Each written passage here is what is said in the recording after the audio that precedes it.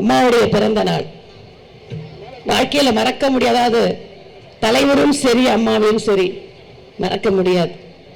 1 லட்சம் பேர் உட்கார்ந்துருக்கீங்க. ஒரு விஷயத்தை மட்டும் உறுதியா சொல்றேன், ஏன்னா அந்த துரோகிகள் ஹாஸ்பிட்டல்ல இருந்து அம்மா இறந்த உடனேயே எவ்வளவு மோசமா சின்னம்மா மேல பழிய போட்டாங்கன்னு உங்களுக்கு தெரியும். 75 நாள் அந்த ஹாஸ்பிட்டல்ல இருந்தவன் தான்.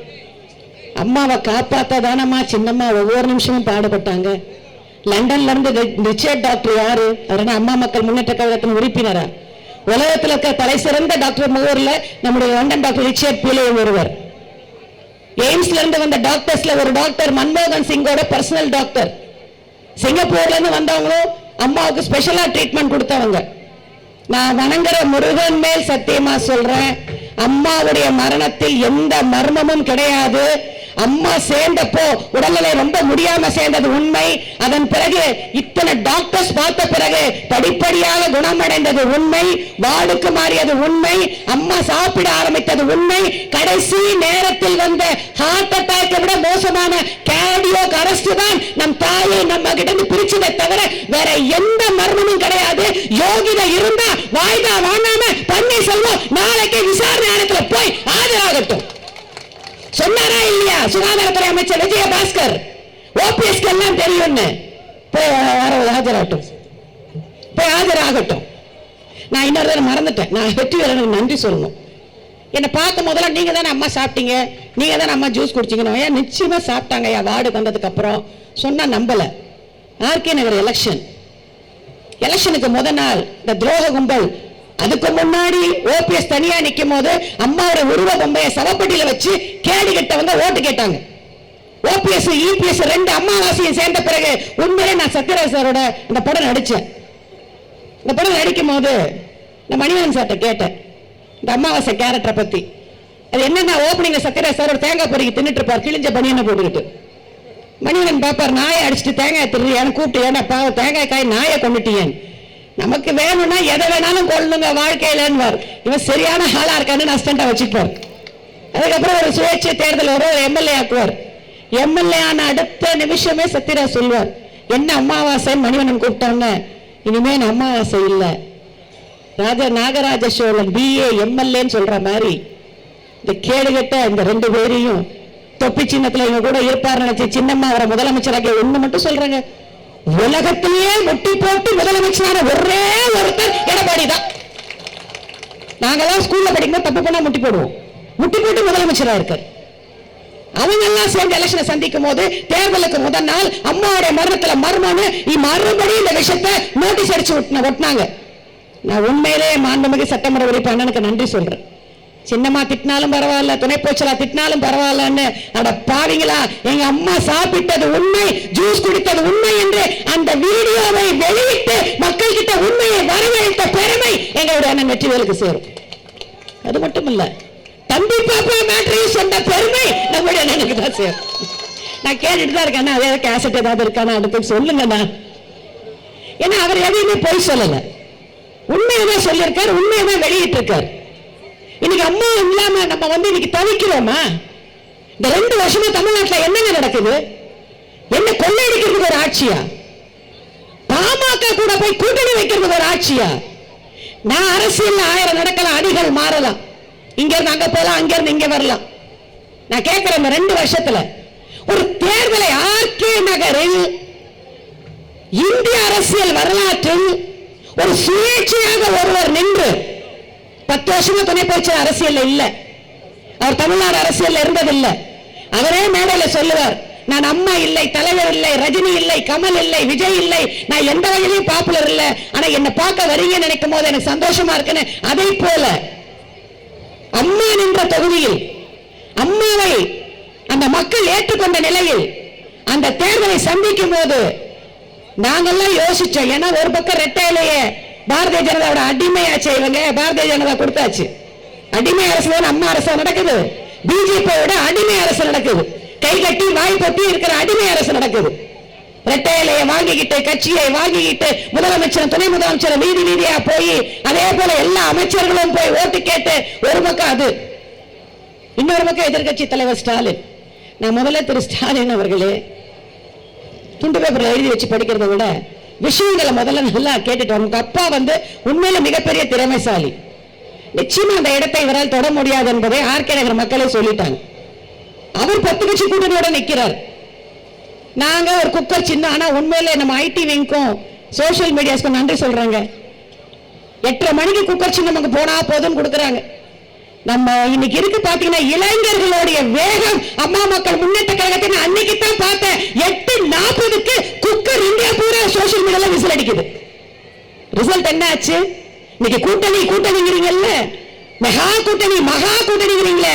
ஆர்கே நகர் எலெக்ஷனில் நாங்க எந்த கூட்டணியில் நின்னோம்? மக்களை நம்பி களத்தில் நின்னோம். என்ன ரிசல்ட் வந்தது? சூரியன் உதிக்கல, தாமரை மலர்ல, இரட்டை இலை துளிர்க்கல, குக்கருடைய விசில் சத்தம் தான் இந்தியா பூரா கேட்டுச்சுன்னா அது மக்கள் தந்த தீர்ப்பு. அதுதாங்க மகேசன் தீர்ப்பு. இன்னைக்கு என்ன பண்றீங்க நீங்க? பாமகவோட போய் கூட்டணி வைக்கிற ஓபிஎஸ் இபிஎஸ் கேட்கிற, தனியா நிக்க தைரியம் இல்லைங்கிறத ஒத்துக்கிறீங்கல்ல. 2 வருஷமா ஒரு தேர்தல் நடத்தல, ஒரு உள்ளாட்சி தேர்தல் நடத்தல, திருவாரூர் தேர்தல் ஆளுங்கட்சிக்கு தான் பயம்னா திரு ஸ்டாலின் சந்திக்க தயாரா இல்ல.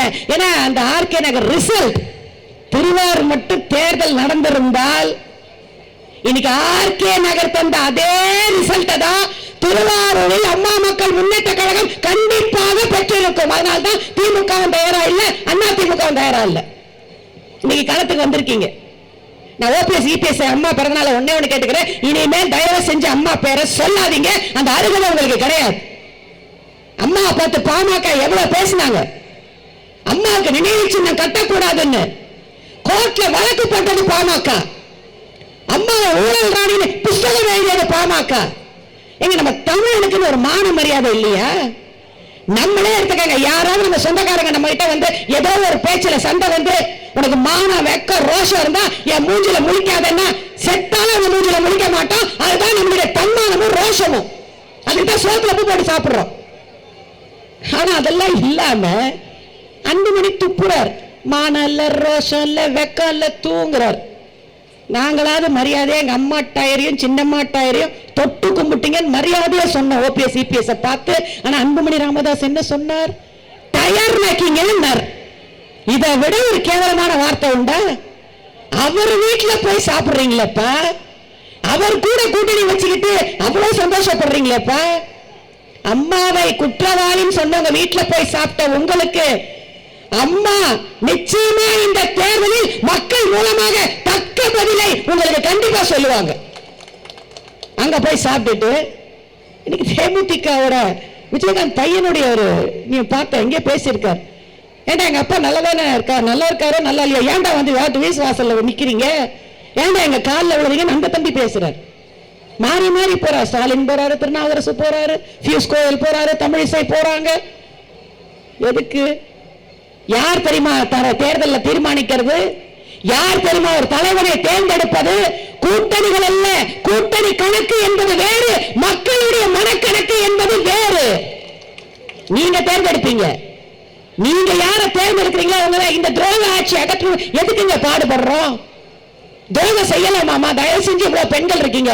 எங்க சின்னம்மா என்னங்க பண்ணாங்க? பாவங்க. அவங்க 34 வருஷம் அம்மாவுக்கு வாழ்ந்தாங்க. இன்னைக்கு எங்கேயோ இருக்காங்க. நான் அவங்களை பார்க்கும்போது, நான் அண்ணன் வெற்றிவேல போகும்போது நானும் போயிருந்தேன். அன்னைக்கு பெங்களூர் போய் பார்க்கும்போது கண் கலங்க சின்னமா ஒரு வார்த்தையை சொன்னாங்க. நான் யாருக்கெல்லாம் நல்லது செஞ்சேனோ, யாரையெல்லாம் வாழ வச்சேனோ அவங்க எல்லாம் எனக்கு துரோகம் பண்ணிட்டாங்க.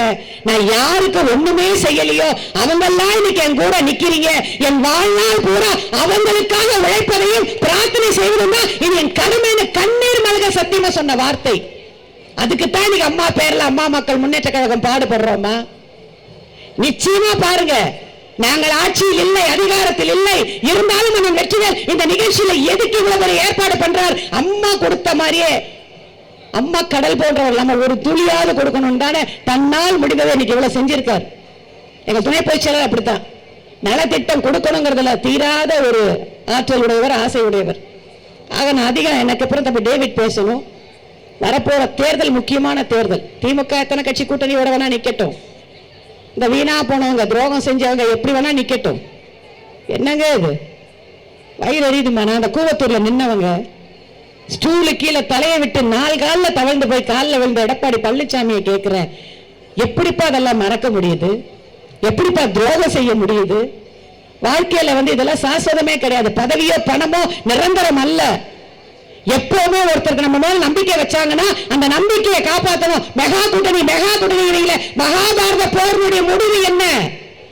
100 பேரை கொண்ட கௌரவர்கள் ஜெயிக்கல, பஞ்ச பாண்டவர்கள் தான் கடைசியில் ஜெயிச்சாங்க.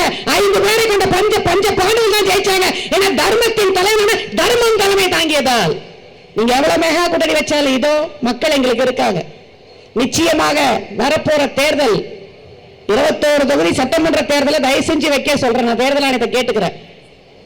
இன்னொரு பக்கம் பாத்தீங்கன்னா 1000 ரூபாய் 2000 நான் கேட்கிற எடப்பாடி பழனிசாமிக்கு போன வருஷம் வரைக்கும் மக்கள் கஷ்டப்படுறது தெரியலையாப்பா? எலெக்ஷன் வரும்போது தான் மக்கள் கஷ்டப்படுறாங்கன்னு தெரியுமா?